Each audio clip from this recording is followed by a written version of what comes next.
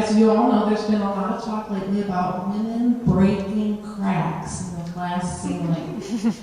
So women can move up to higher positions in government and business. This is good, we want this.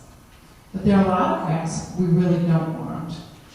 Millions of women are falling through the cracks of our economy and our healthcare system every day. We don't want these kinds of cracks.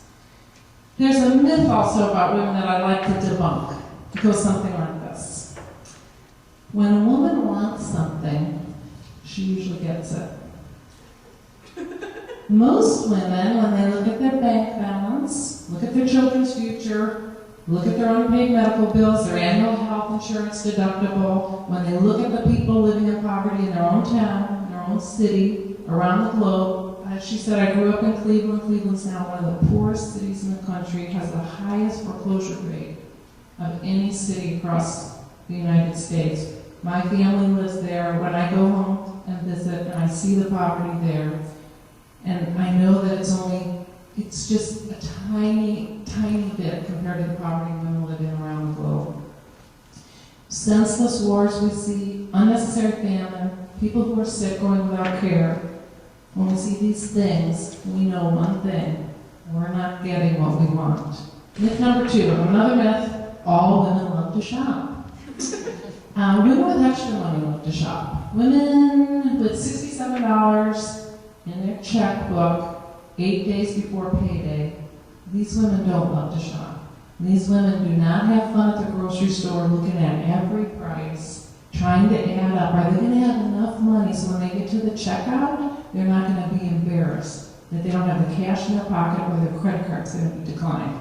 I can tell you, I know and have worked with a lot of women who are working poor, and they don't love to shop. They hate to shop. They hate going to Target with their kids. They hate having to say, no, you can't get a new hoodie, no new sneakers, no, I can't buy cookies, no, we can't buy chips, no, we can't buy soda. They hate that. And if you go to Target or Walmart or Kmart and you see working poor women with their kids, you'll see there's a lot of unhappy kids there and there's a lot of unhappy moms. So women don't, not all women love to shop. That's a myth. I was going to talk a little bit about pay equity, but I'll skip that since Shirley gave us some great statistics. I will tell you, just to remind you, because she said it, women in Missouri earn 78% less than men. We don't want this. We want to earn the same amount of money as men. And we want better health care. And when I say better health care, I mean less paperwork and less profits for insurance companies at the expense of health outcomes for the patients. We want to be healthier, we want all Americans to be healthier, and to get the medicine and care they need when they need it, regardless of the balance in their bank account.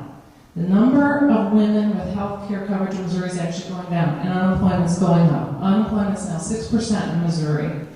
And in 2000, 90% of the women in Missouri had coverage, and today, 15% of women in Missouri, 15%, it's a lot, have no coverage, and another 15% are on Medicaid.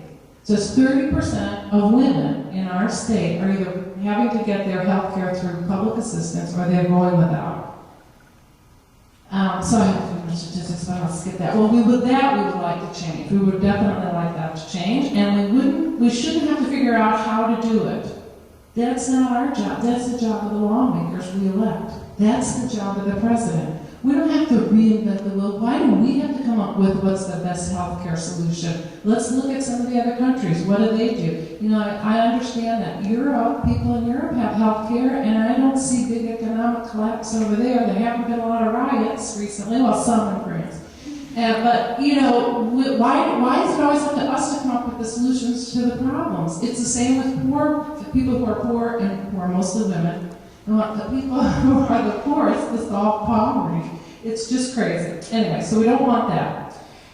Like it or not, we live in a market-based society, and everything's a commodity, including health care. And so, you know, what we earn, unfortunately, is essential to the quality of our lives, our status in society, and believe it or not, what we earn determines our freedom. And that's going to take me right back to shopping. Women here in Missouri earn $34,500 a year, roughly. That's the median income. For men, it's $44,500.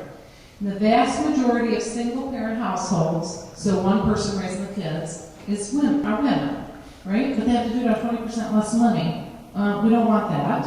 And but since this was what do women want, and I wanted to talk about shopping because I'm trying to debunk that myth, I have a shopping list. Here's our shopping list. This is what we want to be able to buy in Missouri for $34,500 a year. A decent home in a safe neighborhood with furniture.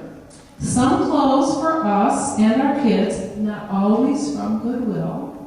A safe, reliable car that gets really good gas mileage or really, really good public transportation. A good school for our kids. A licensed, high-quality daycare center within a few miles of our house or job.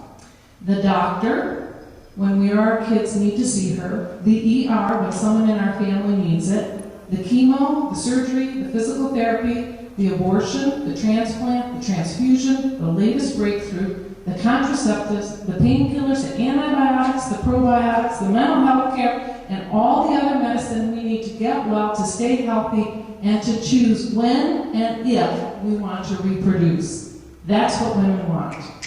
And we want a college education for ourselves and our kids, maybe a master's degree maybe for a kid. We want to buy 365 days of clean air, pristine rivers and streams, safe, pure drinking water, a few native Missouri black bears, a couple of local parks, pesticide-free, locally grown produce and grain, natural and humanely raised Missouri cows, pigs, and chickens. Oh, and occasionally we want to buy some live music, tickets to an art exhibit, a ball game, and a movie with popcorn and a Coke for our families and our kids. That's what we want. We want to be able to buy that for $34,500 a year. It's a big list. So if wages are going to stay flat or go down, and if women are going to earn less than men, then our lawmakers and our president need to figure out how to make our shopping list affordable.